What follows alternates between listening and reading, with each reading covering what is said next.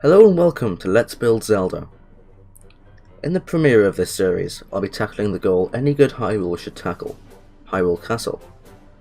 In this series, I'll be building my own interpretation of many iconic Zelda locations, such as Zora's Domain and Kakariko Village, so be sure to stick around. For today, however, I'll be sticking to the kingdom's titular castle.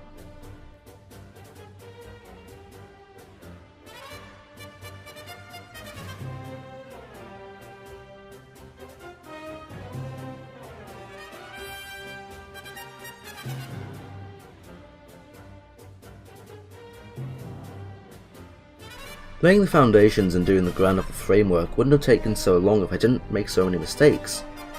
I'm not as bad as I seem at circles inside Minecraft, but I always feel a real competitive urge whenever I build while recording, which does cause me some more mistakes, but it didn't take too long.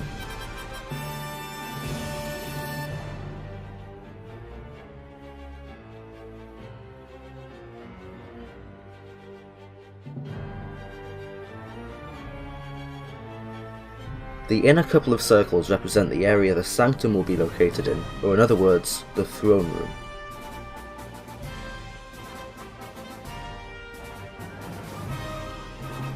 After this, I began to mark out some of the outer towers that will be just outside the sanctum itself. Again, I make some mistakes. Now should be a good time to mention the beautiful background scenery isn't my own work. The map I'm working on is called Frinmecta, and a download link is available in the description.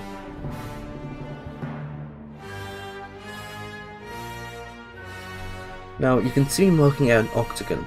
A large staple of Hyrule Castle throughout the years is often its octagonal nature, so I'm doing my best to implement it here. Like I said in the beginning, this building isn't based on any single iteration of the castle.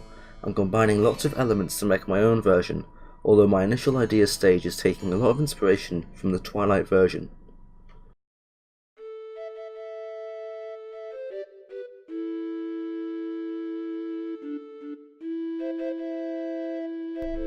Now I'm adding in some exterior towers, which will act as guard posts and further decoration. Although I do add some functionality later on, making the walkways coherent isn't a massive priority in this build.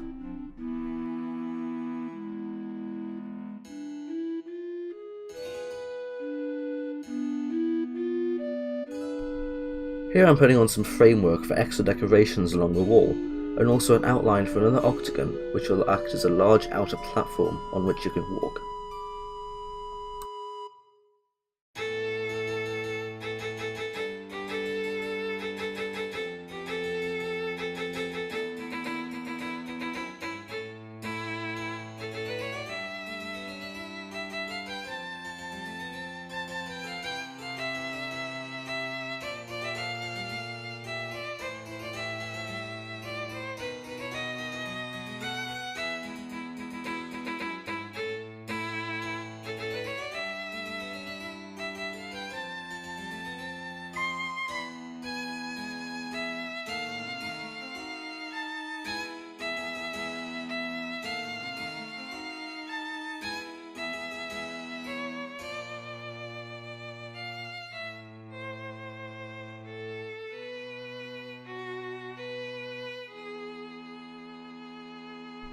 You can see I'm starting to think in 3 dimensions. The outer octagon is slightly lower down to give a better idea of what I'm going for. I was getting a bit bored of just placing old coloured wool, so I'm putting down a bit of a natural base for the castle, as if it was built on a rock sticking up in the field. This helps to show you how the castle will fit into its surroundings, which is always a large part of the build. Although I do like my builds to make sense geographically, if I were to add a moat here, it wouldn't really make sense since all the water would drain to the nearby river, so I'll make an exception to realism rule, but we'll get to the moat.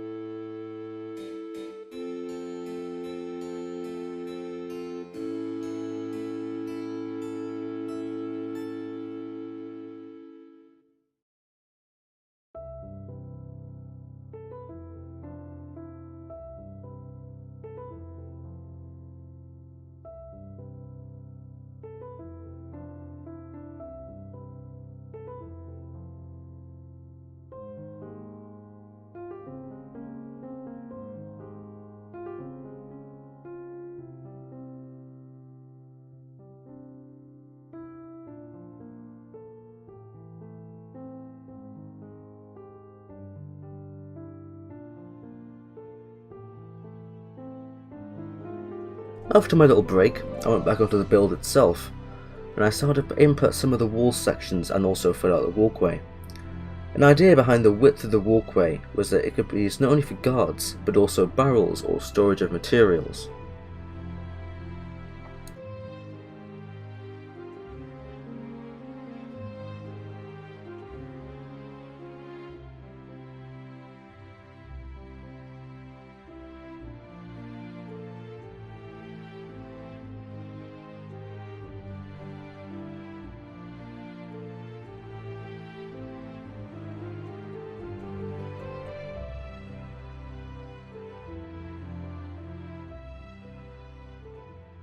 For the staircase upwards into the inner castle, I wanted something grand, but also simple, as if not to detract from the build, since when entering you want people to look up at the scale of the castle, not at the intricate detail of the staircase. I stuck to a simple slab and stair incline.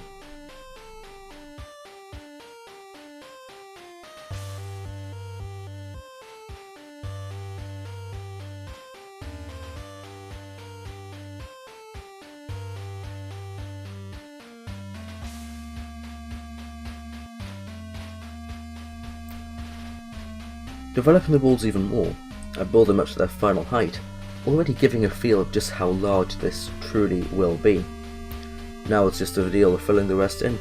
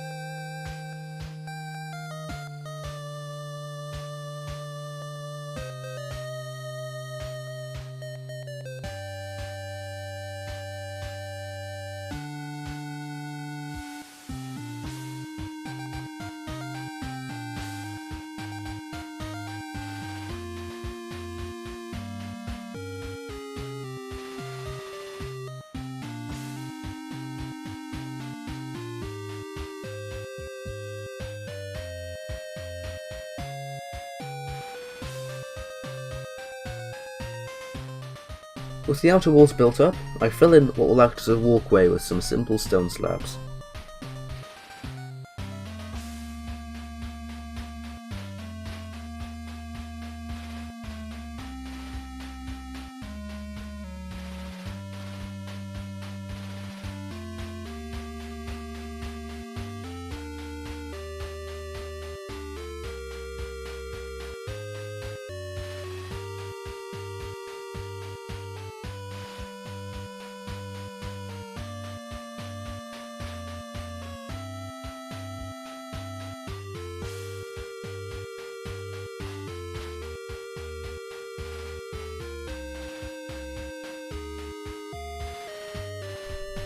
Eventually these inside areas will be small courtyards, so I decided to pop the grass in now so I could begin work on the sanctum walls.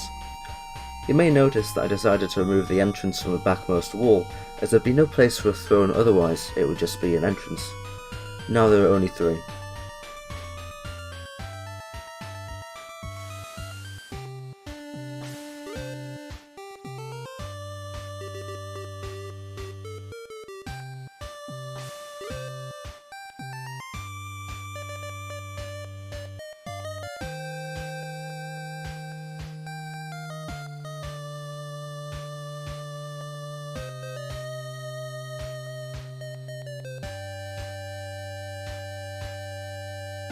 Next, I did what was possibly the most tedious part of this building process, the walls. These ridiculously tall walls were placed exclusively by hand, as was the whole build. With no access to Forge for 1.13 yet, I couldn't use World Edit to copy and paste sections, and since everything is circular or octagonal, I couldn't efficiently do /fill commands, the only exception being the section of grass I filled in earlier.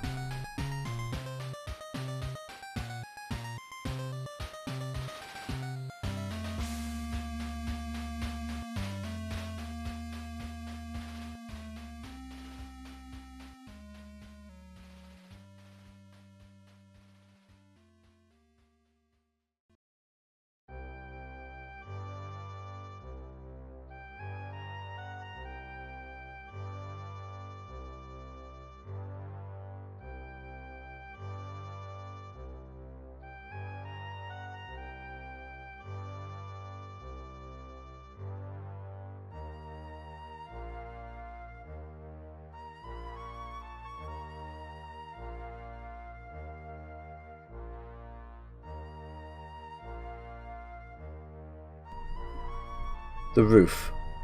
The colour of the roof is probably the most consistent thing about Hyrule Castle over the series, barring that it's a castle in Hyrule and made of stone. But don't fret, this isn't the height of the build, just yet. This is only the first roof and it doesn't go very far in, there's going to be a whole section on top of it.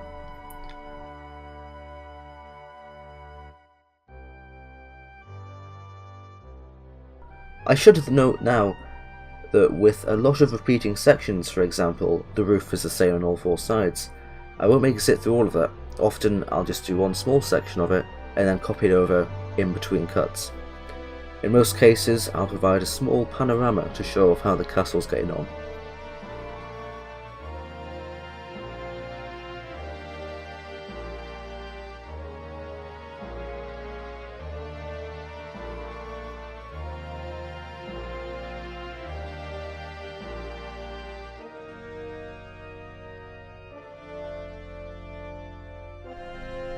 Next on my to-do list is building up the towers.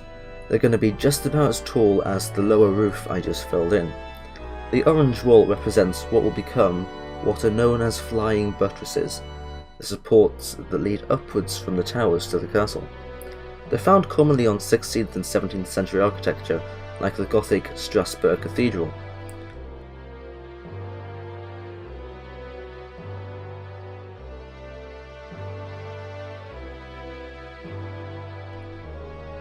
Otherwise, the template for the tower is pretty basic, but don't worry, like most things I'll come back later and add in lots more detail. This counts for the walls as well.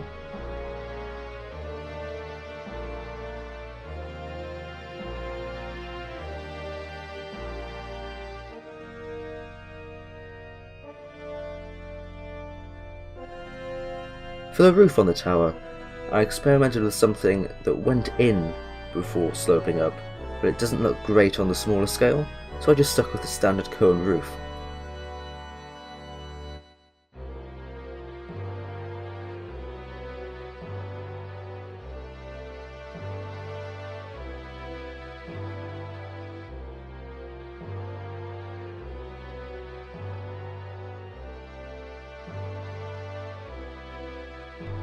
The towers outside of those ones will be a lot shorter and also have flying buttresses, but only leading onto the taller towers.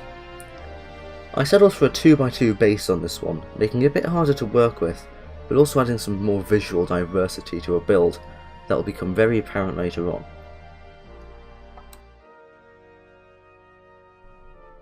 Jumping into the courtyards, I decided to replace the smaller towers inside with a wall that will also continue on the stone slab walkways. I thought this would add more detail that a random tower would look a bit odd, too small and out of place inside a courtyard. The walkway concept is a nice nod to the castle's appearance in A Link to the Past.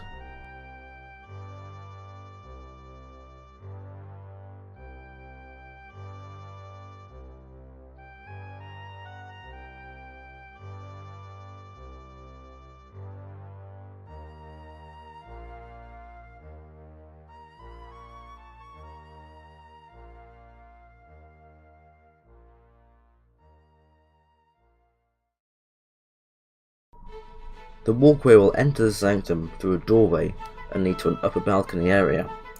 I experimented with some different ideas for the doorway. This is when I was really thinking about adding some more details. Eventually I settled for a fairly basic doorway, but I find anything built on a diagonal immediately strikes me as kind of off because I'm not used to building that way. Regardless, it turned out okay. Turning to the main entrance, I filled in a gravel pathway and began on the decor to surround the door itself. I created some struts leading up to the door to really draw the eye and your attention to the interior of the sanctum.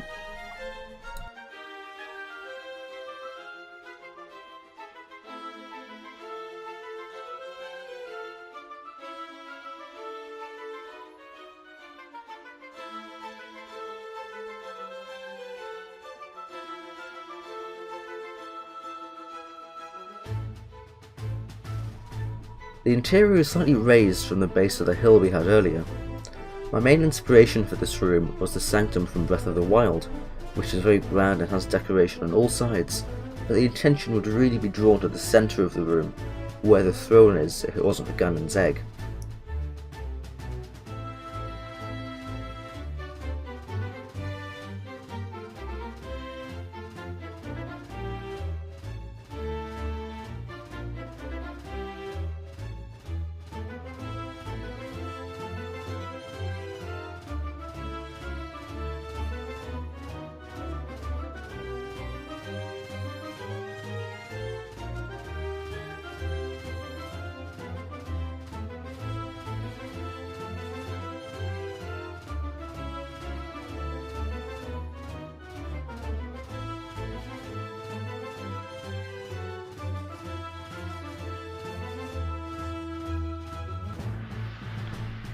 For the pathway, I didn't want a flat floor, so I made a crossroads-esque design with a circle around the edge where, thinking of it practically, guards may stand.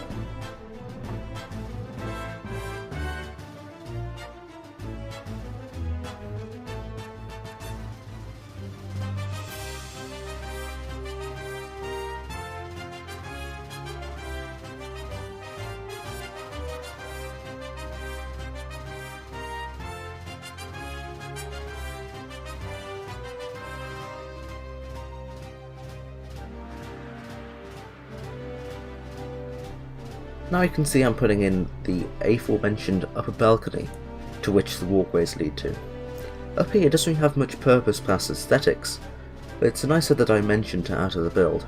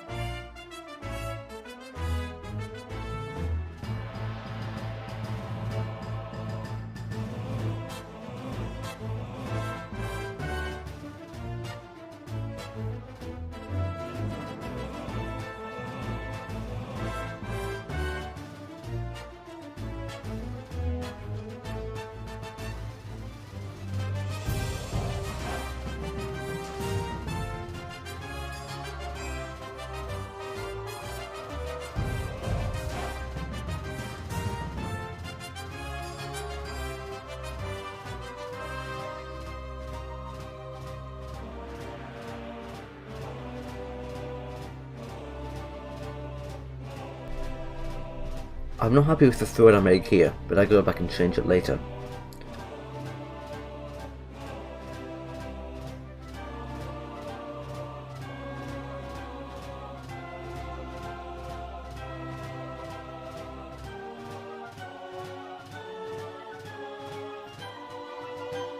On the wall above the throne, I tried my best to make a Triforce to really hammer home the theme. It turned out as best I could manage on that scale.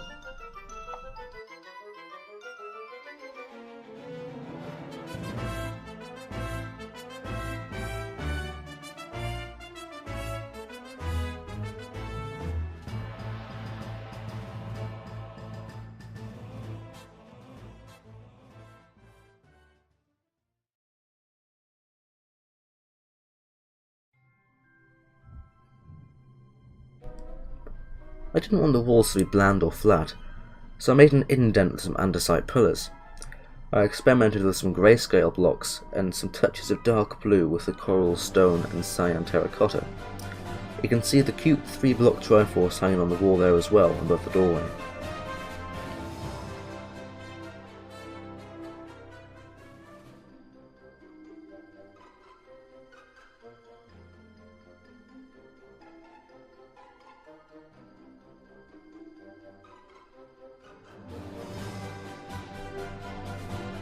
Now it's just a case of copying it over onto a side unimpeded by the Triforce on the wall.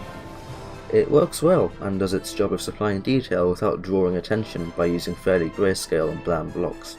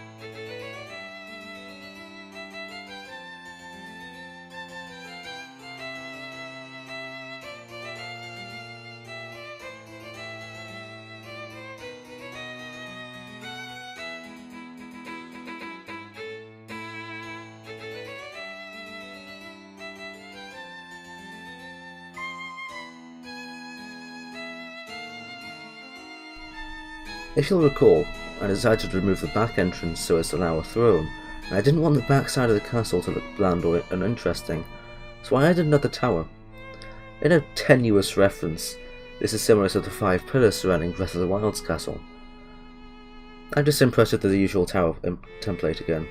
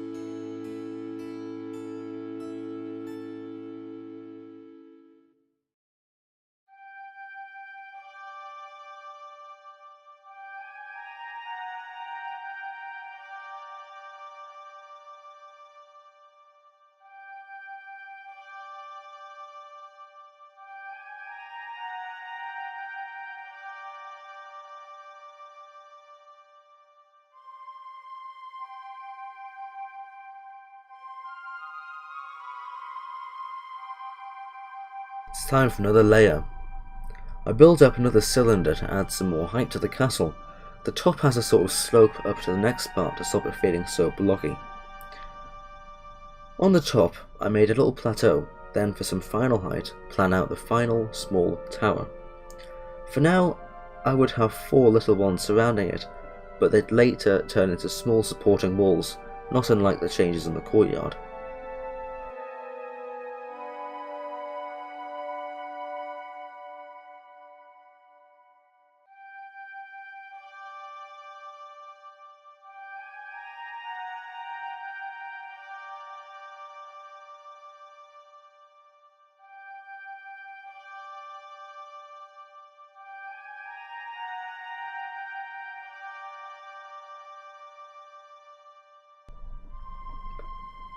I was missing the tedious block placing, but this interval is a good time to mention that the castle is well on its way to completion.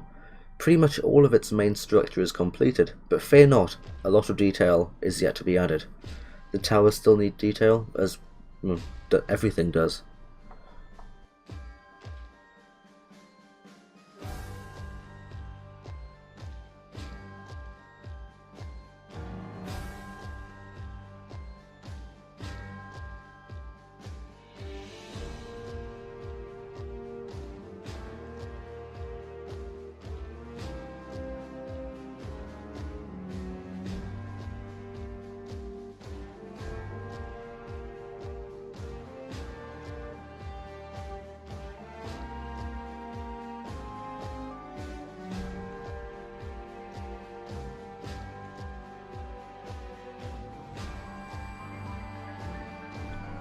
Taking a small break, I made my way to the front entrance and copied over the Triforce I originally built in the sanctum and put it over the doorway. I also added in some extra decoration just to make it look less bland. Above the Triforce I made a big stained glass window, which went through a few iterations before I decided on my final design. It looks a bit out of place right now, I'll admit, but everything comes together in the final build.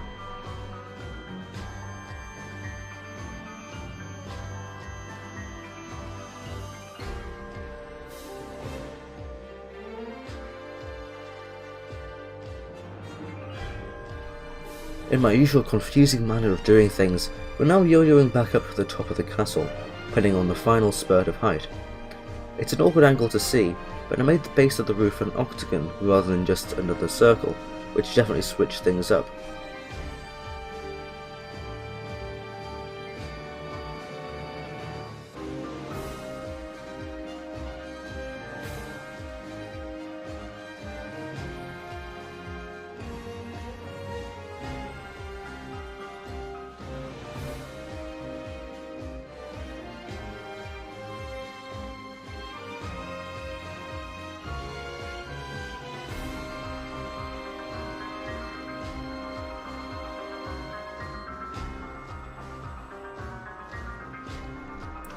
Inspired by Breath of the Wild, I put a spike atop the peak, with some added stone supports leading up the side, then smoothed out the roof itself as it looked a bit odd.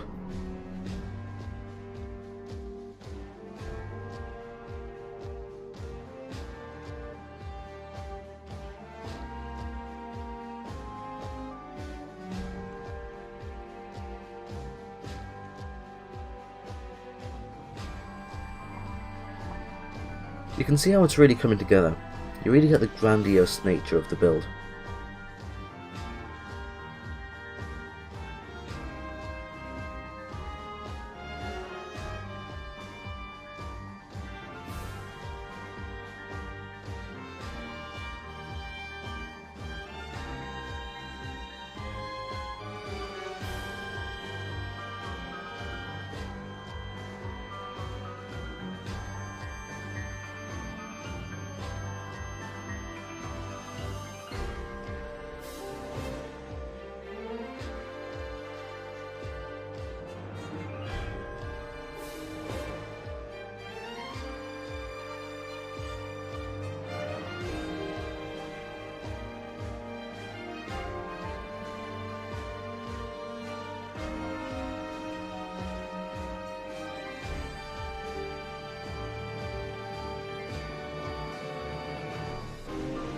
I'm not doing a proper interior for the castle, bar the sanctum.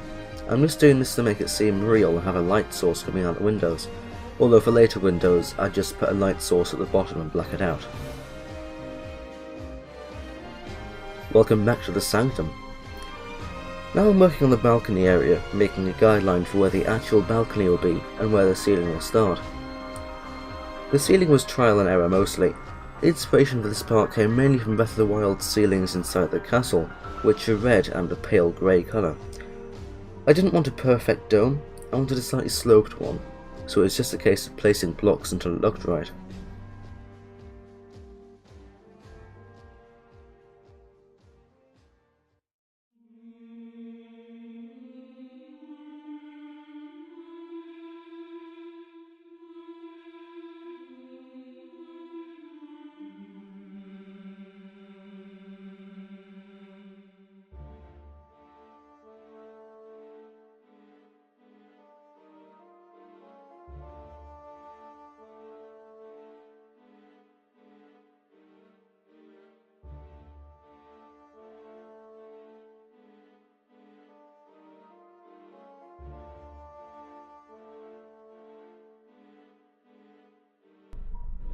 Now for the floor. I wanted some light in this room, so I opted for light sources under some plush red carpets. Grand and effective.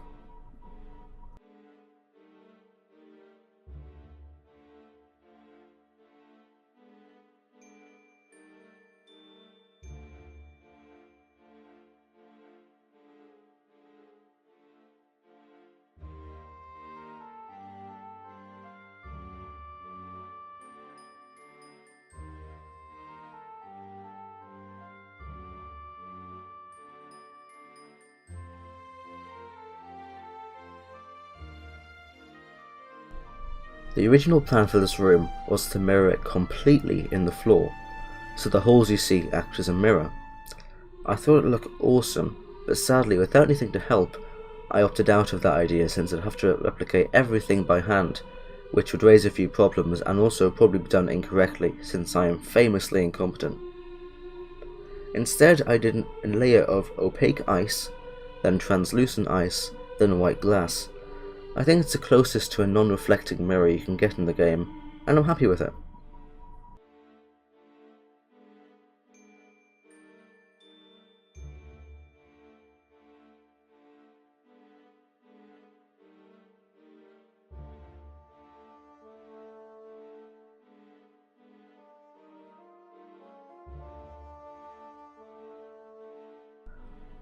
I wanted to experiment with the roof of the balcony, but the lack of space prevented me from doing anything particularly special, so I just messed around with some red terracotta until it looked alright.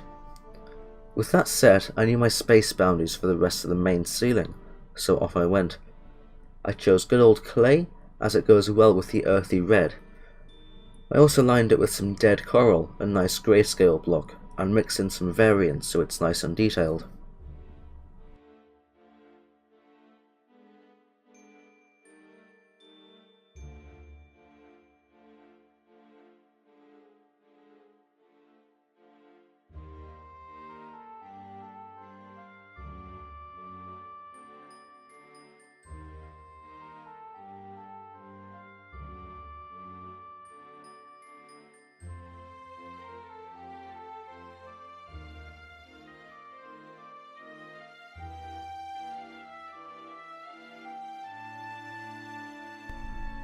Even with the light in the carpet, the room was definitely missing something. I opted for a classic chandelier, making up my own design on the fly. I'm certainly quite happy with it.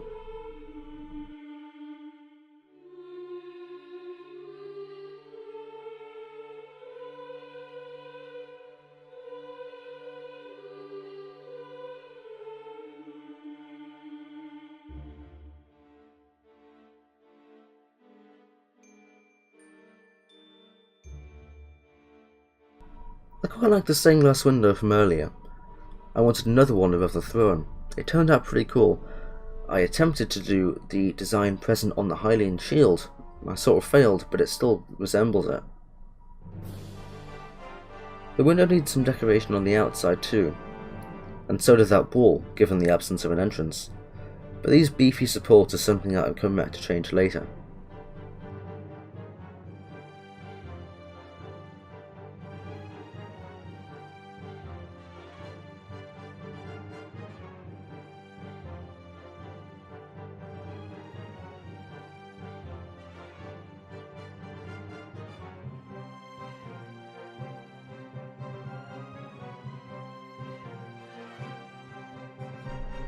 Time for some more supports.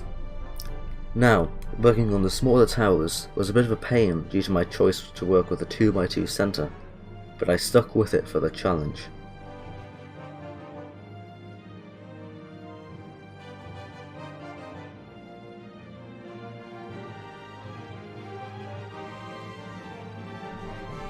And the entrance.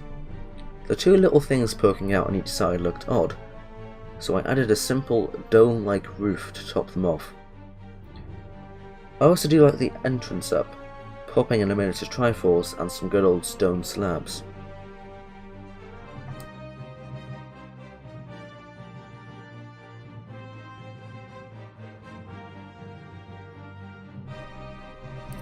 Designing the towers was probably one of the hardest parts. At this point I could still risk adding another block into the palette, so I did. Acacia logs. The dark grey really fits in and adds another accent that would be lost in a typical grey like cobblestone.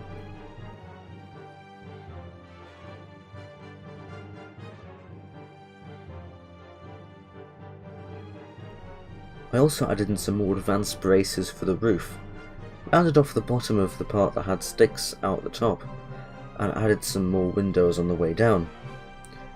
I should probably also address the little details I'm putting on. I don't really have a method with these. Like Bob Ross would say, we don't make mistakes, we have happy accidents. The same is true in Minecraft as it is in painting. For me, I see the game as an art form, similar to my drawing. I see the space that looks all empty and fill it with something, and eventually everything comes together. So the only advice I can really give here is to just do what you think is right.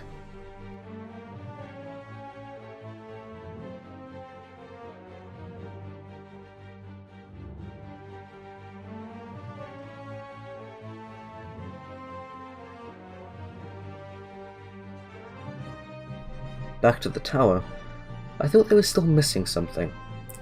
I did some Googles of some Hyrule Castle fan art, and it hit me. Flags. What kind of castle doesn't have flags? So I looked around for some images of flags on the castle in the main games, and the only one I could find, apart from Breath of the Wild's, was Wind Waker's, which had a design like the Denmark flag with little triforce on. So I replicated it as best I could.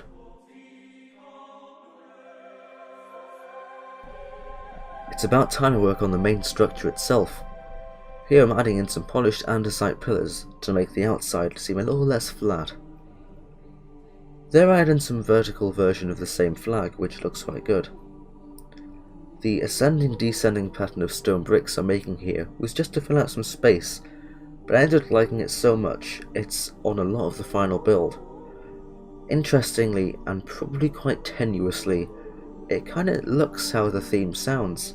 The up and down is symbolic for the castle and the kingdom's timeline as well, but I'm getting a bit pretentious.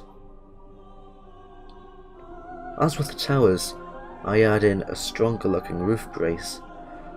This one involves some andesite and stone bricks as well.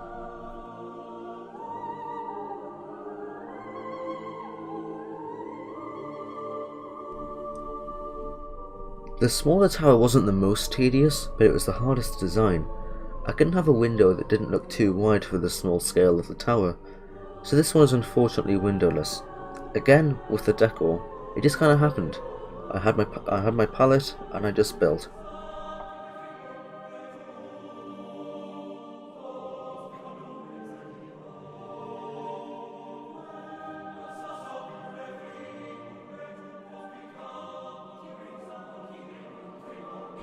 The outer walls are still looking plain, so it's time to spruce them up a bit.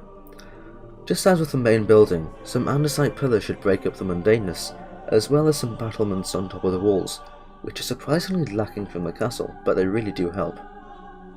I also added some small design just below the andesite lip, and also extended the zigzag motif to the outer walls.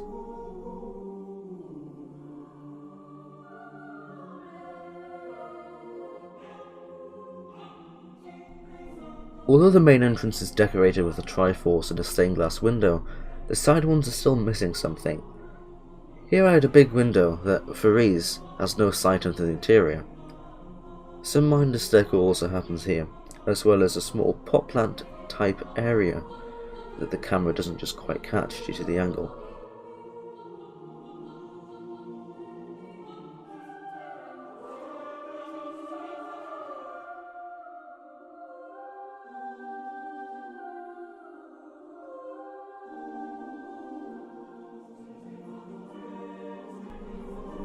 Next, I tackle the only major bland part left, the top bit. I wanted something that wasn't just pillars, so I made a small indent, only 1 or 2 blocks at the most, just to add some depth.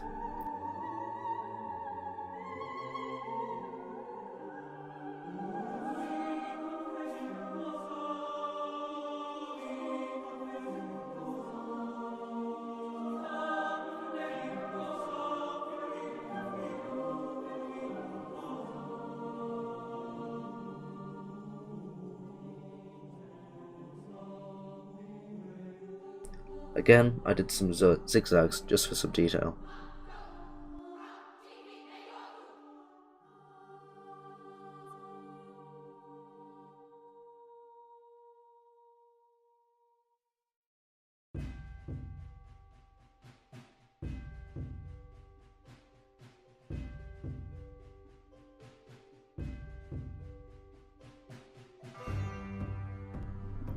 You can see here I inadvertently made a face, which even when the build is finished I can't unsee.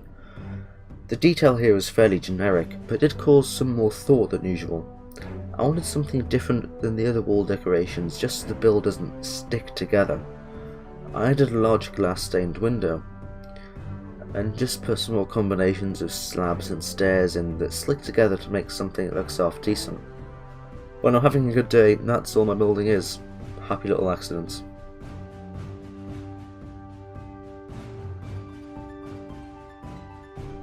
As one last bit of work, I break up the slope atop the castle with some andesite. And that's it! Hyrule Castle has been pretty much completed. There are only a few jobs left for me to do.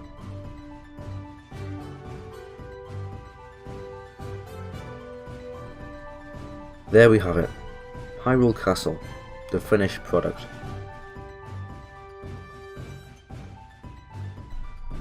Since the last work in progress clip, I've done a fair few things. I added an octagonal path around the courtyards, going through the doorway in each wall. The courtyards also have some simple shrubbery and decoration in them, such as some trellises and small fountains. On one side I also added some 2 small hedge maze type structures, which are pretty cute.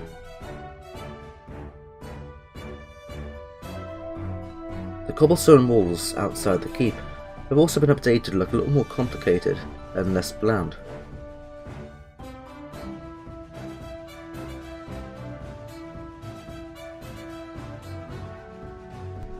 One of the more noticeable changes, and certainly the most time consuming, was making a more diverse palette. To keep things simple, I kept to exclusively stone brick during construction, but only having one block looks boring, so if possible do try to mix some other blocks in. Here I've added in some cracked stone brick and raw andesite.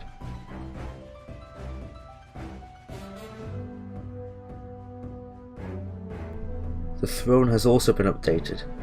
Since the last one looked full on bad, I made this one look much grander with a starkly contrasting block in quartz.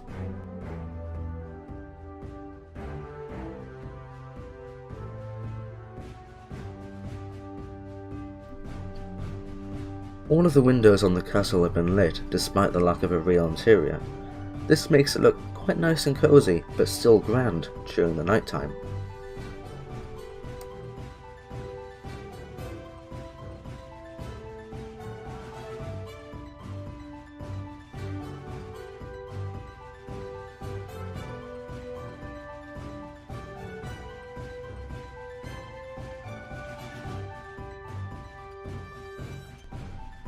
And that's it.